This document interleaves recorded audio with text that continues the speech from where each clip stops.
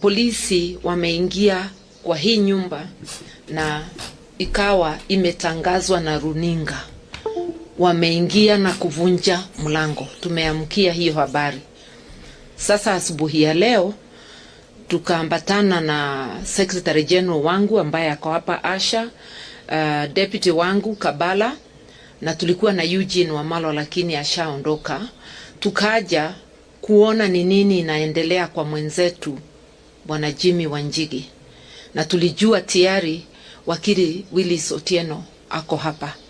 Na tumekuta hii mlango imevunjwa na walifanya msako mara ya kwanza, ndivyo tumeambiwa, na wakaja usiku wa manane msako wa pili. Sitaki kuendelea kushinda hapo sababu familia iko na ndio wako na ujumbe kikamilifu juu ya hiyo msako.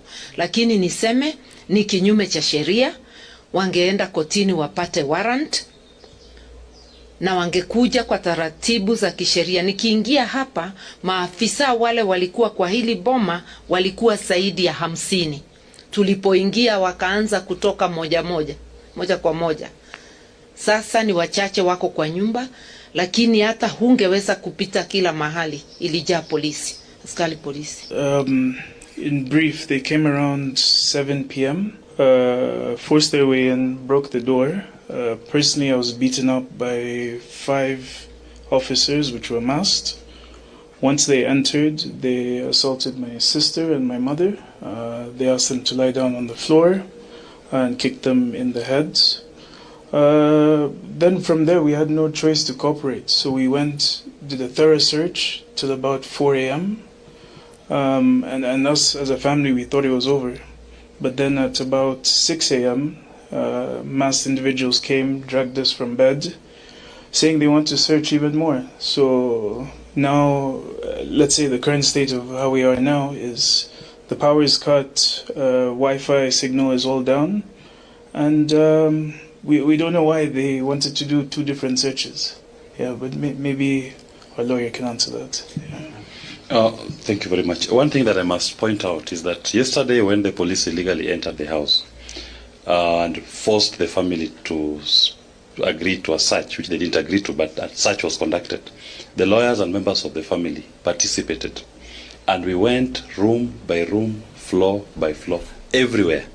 And we inventorized all the items that they thought could form part of what they were calling as evidence. And all they took were iPhones belonging to the family members, iPads belonging to the family members, walkie-talkies for house communications, and a receipt for buying fuel at the Total Energy station.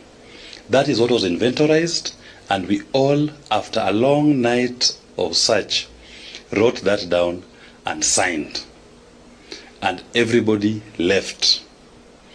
Then surprisingly at 6 a.m. in the morning, my clients were woken up by marauding men jumping in their rooms, wearing balaclavas and carrying assault rifles, forcing them out of their rooms and pointing guns at them, tearing things up and down within the house, and purporting that they were conducting a search. How can the same police that we had done a whole night search with appear at 6 a.m. in the morning to purport to conduct a fresh search without our participation, without our involvement? Then the process, they've also carted away. In fact, they've stolen items, valuables belonging to members of this family. Because they were doing this in the cover of darkness. They made sure that when they were doing this, they disconnected electricity supply into the house. The house has been in darkness. There is no even access of internet in the house. They interfere with the system.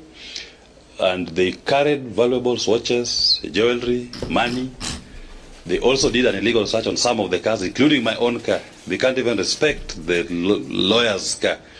And carried out away some of my files and money from that car. And it is quite unfortunate that what I believe happened in the second team, I call it the second team that came here, was nothing about a police operation. This was an armed robbery that was being committed against the family of Mr. Jimmy Wanjigi for his political beliefs and stands. Because if it was a police operation, nothing could have stopped them from following the process that the earlier team that was here had done. If anything, they're claiming that they discovered some smoke grenades, walkie-talkies, jungle uniform. They are the ones who discovered them. They are the ones who came with them. In fact, one of the people in the home was there. They actually saw one officer walking through the back carrying a blue Uhuru bag that had 3 items that looked like mangoes. Those are the smoke grenades. They came here to plant those things. That is why they never wanted, number one, electricity. They disconnected. They never wanted the lawyers.